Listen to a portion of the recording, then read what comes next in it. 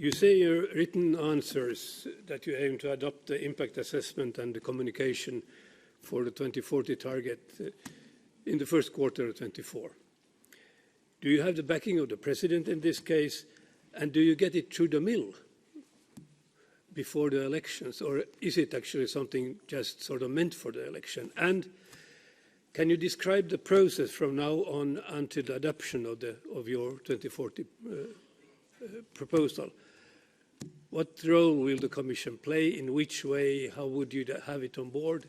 How will you be able to handle it so that we have it before this mandate is ending? Thank you. Well, thank you very much, sir. Oh, sorry. I should. Oh. Thank you very much, sir. And the honest answer is that feeling the need for speed, my initial thinking was, can we actually, is it possible, and I asked the team, is it possible to come up with a legal proposal? But I think actually their answer was much more balanced than my initial thinking. Because what they were saying is, first, this needs to be absolutely coherent and needs to have all the various scenarios as we just discussed. It needs to have the feasibility analysis, and then it needs to be tabled in the first quarter. Actually, if you look at our climate law, you see that after global stocktaking, within half a year, that is what we are legally required to do. And by coming up with a communication rather than with a legal proposal, I think we all allow not only our citizens, but also the next Parliament and the next Commission to actually make a decision on what is feasible. To your point of what I will do, I will, of course, seek to liaise as much as possible with the various parties here in Parliament and also pick up new things, new learnings during this hearing. Then I will prepare for an internal discussion in the college.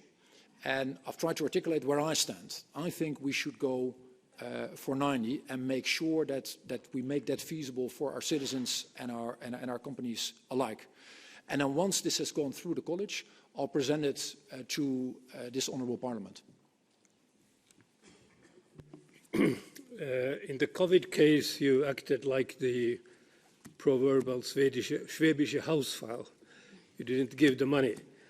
And now you said that die Landwirte brauchen Unterstützung. And there is a lot of other people asking for money. So you have the finance side of it. And how do you are going to get the money needed? Because there are going to be a lot of hands reaching out for your money. Thank you. Sorry, sir, I couldn't. I heard Swedish Hausfrau, but the last bit I couldn't fully understand. So would you mind repeating that? Okay. You also said that the Landwirte brauchen Unterstützung. Farmers require support. And you have a lot of people there who are coming to ask for money. So you need to find the revenues to be able to reach out to all those. That's not just a social issue, that's an industrial issue, that's a European issue. And we don't need Schwäbische Hausfraus there. Now I fully get it. Thank you, sir, and thank you for elucidating.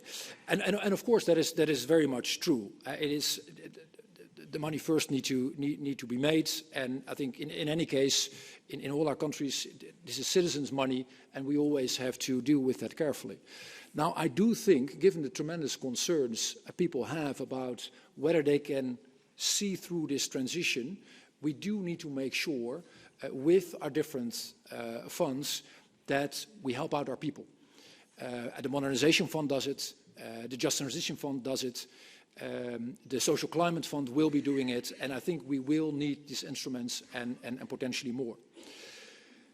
Now, thinking about what we would also need, and that I think links to your question, how could you actually get more money on the table? Well, one way, as I said in my opening statement, is to go, for example, after aviation, or take a sliver of the ETS.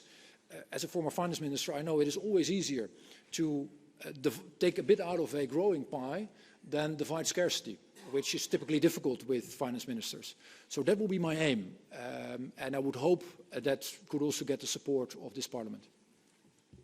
Thank you. We move to the Greens. Bas Eickhout. Thank you, Mr. Chairman, and sorry.